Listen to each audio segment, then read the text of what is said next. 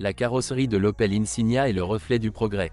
Après la présentation de la voiture en 2008, il est devenu évident que les designers d'Opel étaient enfin entrés dans le XXIe siècle. Les lignes de carrosserie sont dynamiques et même carrément agressives. La berline a fière allure dans les rues d'une grande ville. Défaut, il y a des moments où les dégagements du corps ne correspondent pas. Et ce n'est pas le résultat de réparation après un accident, mais de défaut d'assemblage. Malgré cela, l'Insignia est une voiture moderne pour une famille moderne. La nature du modèle a prédéterminé le puissant succès commercial. Au cours du seul premier trimestre, le nombre de commandes du nouveau modèle Opel a dépassé le volume des ventes annuelles de son prédécesseur, l'Opel Vectra. La base de l'Opel Insignia était un moteur à essence atmosphérique de 1,6 litres développant 115 chevaux. Ce moteur est le plus fiable et le plus sans problème, mais des caractéristiques dynamiques acceptables sont hors de question. Assez stable et atmosphérique 1.8. Certes, les pignons de distribution peuvent se bloquer et faire du bruit. Le premier à partir est généralement l'engrenage sur l'arbre d'admission. Les deux moteurs de la série Ecotec utilisent une courroie de distribution. Le moteur turbo de 1,4 litres à injection de carburant multiport présente des problèmes avec le collecteur d'admission et le couvercle de soupape.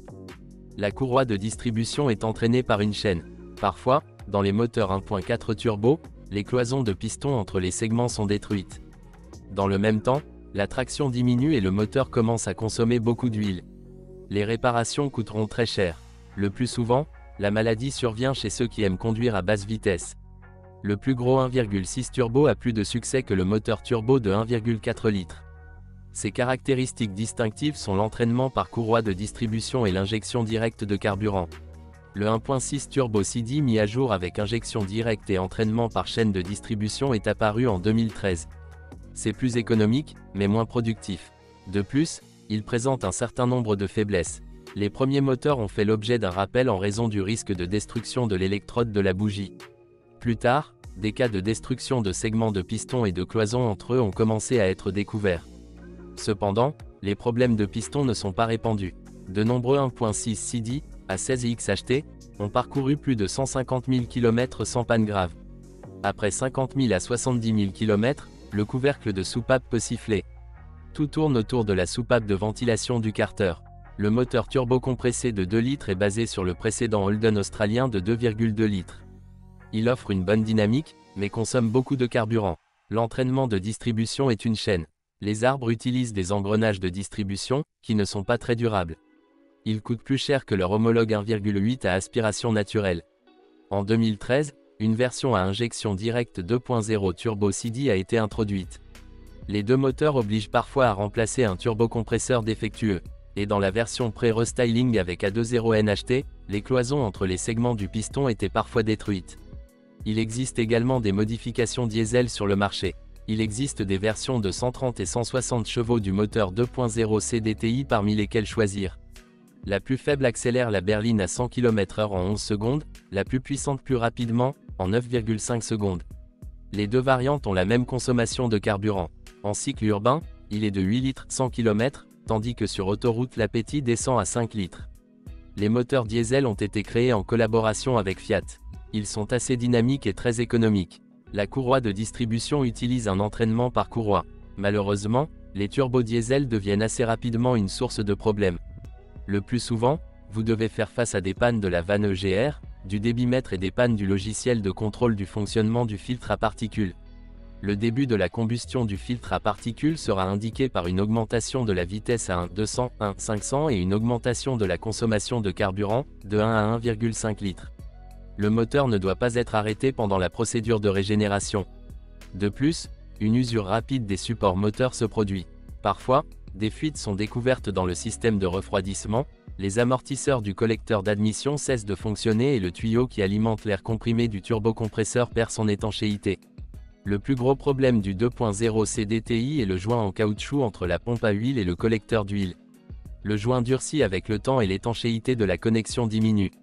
En conséquence, une partie de l'huile est évacuée vers le carter à travers ce joint. La pression dans le système de lubrification diminue. La maladie se manifeste à plus près de 200 000 km. Malheureusement, de nombreux propriétaires n'ont aucune idée de ce problème. Et le témoin, basse pression d'huile, ne s'allume que pendant 3 secondes, et uniquement lorsque le moteur est froid. Et l'indicateur est ce signal important auquel personne ne prête attention. Un peu plus tard, au mieux, il faut changer le vilebrequin et les chemises, au pire, l'ensemble du moteur.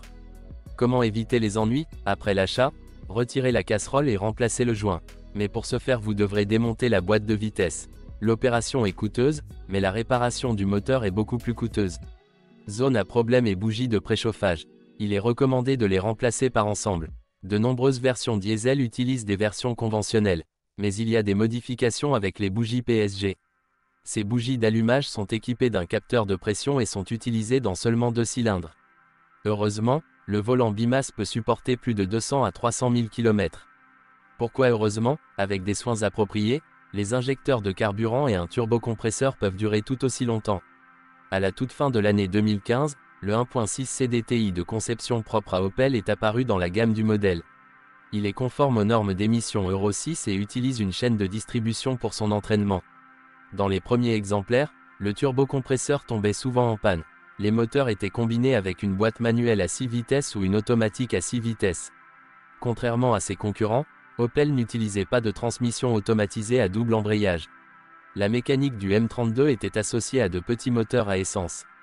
Cela provoquait souvent des problèmes dus à une usure prématurée des roulements de l'arbre. Depuis 2012, les roulements ont été renforcés et une huile différente a été utilisée. Depuis, le dysfonctionnement est devenu moins fréquent. Avec les plus grands 2.0 turbo et 2.0 CDTI, des manuels F40 ont été installés. Les propriétaires ont souvent noté des problèmes avec le mécanisme de sélection des vitesses. Et les roulements nécessitaient également parfois une mise à jour. Il y a 3 machines à sous. Des Zediemowski, Systé 7.0 s'appuyait sur des versions à traction intégrale et Systé 4.5 sur des voitures équipées de 1.6 CD. l'AF40 TF80 SC, Aisin, a été installé sur d'autres modifications.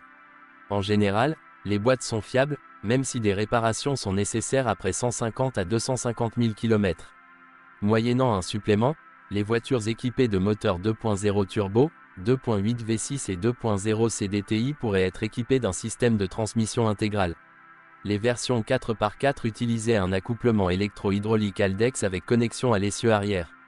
Jusqu'en 2011, vous pouviez choisir soit un système de traction intégrale standard, soit un système plus avancé avec blocage de différentiel arrière actif. Ce dernier se distinguait par un embrayage supplémentaire en sortie du différentiel, du côté gauche dans le sens de la marche. Les dysfonctionnements du différentiel arrière de la route peuvent être éliminés. Le problème affectait les versions à transmission intégrale, principalement au cours des premières années de production. Les propriétaires ont également dû faire face à des fuites des joints de la boîte de transfert. La liste des avantages de la voiture allemande est complétée par le châssis. La suspension serrée vous permet de prendre des virages à grande vitesse sans crainte. L'image globale est légèrement gâchée par la direction. Les ingénieurs auraient pu faire un meilleur travail en fournissant aux conducteurs plus d'informations sur le volant.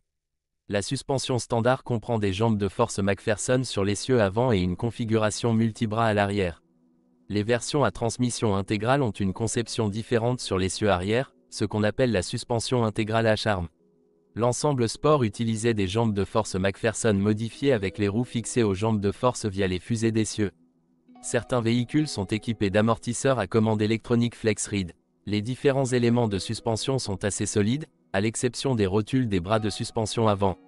En règle générale, le châssis n'a besoin d'une première mise à jour majeure qu'après 150 000 km. Dans le cas de FlexRide, vous devez vous préparer au coût élevé de tout travail de réparation.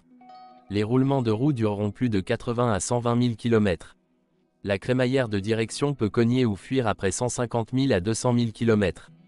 Les plaquettes et disques de frein d'origine s'usent assez rapidement en raison du poids relativement important de la voiture. Et les dysfonctionnements du frein de stationnement électrique sont associés à des dommages aux câbles fragiles situés derrière le passage de roue. L'Opel Insignia est un transporteur informatique typique. La plupart des problèmes ne surviennent pas à cause de défauts dans les mécanismes, mais à cause d'une électronique déchaînée. Un exemple typique est celui des messages concernant des défauts inexistants, des erreurs de navigation par satellite, un échec de contrôle du climatiseur ou du verrouillage centralisé. La recette du bien-être est assez simple, un suivi et une mise à jour régulier des logiciels. De plus, lors du choix d'un mécanicien, le propriétaire doit se rappeler qu'une voiture avancée nécessite une assistance technique spécialisée. Les problèmes électriques comprenaient des dysfonctionnements du verrouillage du coffre, des vitres électriques et même du système de commande de transmission automatique. Une mise à jour du micrologiciel était nécessaire. Au fil du temps, le câble dans l'ondulation de protection entre la carrosserie et la porte d'entrée sans dommage. Une autre source de malheur, ce sont les phares adaptatifs AFL. Le système de contrôle ou l'entraînement électrique tombe en panne. Le signal sonore peut également échouer. Pour le remplacer, vous devrez retirer le pare-choc avant. Sur les premiers modèles, la panne habituelle était une rupture du circuit d'alimentation des sièges chauffants. Le défaut réside dans le câblage électrique. Mais pour y accéder, il faut retirer la chaise, ce qui augmente le coût des réparations. Le corps n'est pas sujet à la corrosion. Parfois, les vis de fixation du pare-choc se desserrent ou le support du silencieux commence à rouiller. Avant d'acheter une Opel Insignia, vous devez être clair sur certains points. La voiture est capable de donner beaucoup d'impressions agréables, mais d'un autre côté, son exploitation ne sera pas bon marché. La conception complexe et pas encore entièrement développée de l'Insignia, combinée à des pièces automobiles coûteuses, augmente le coût de certains travaux de réparation jusqu'à des valeurs astronomiques. Comment éviter les problèmes? Vérifiez soigneusement la voiture avant de l'acheter, puis faites-la entretenir régulièrement par des mécaniciens expérimentés et professionnels.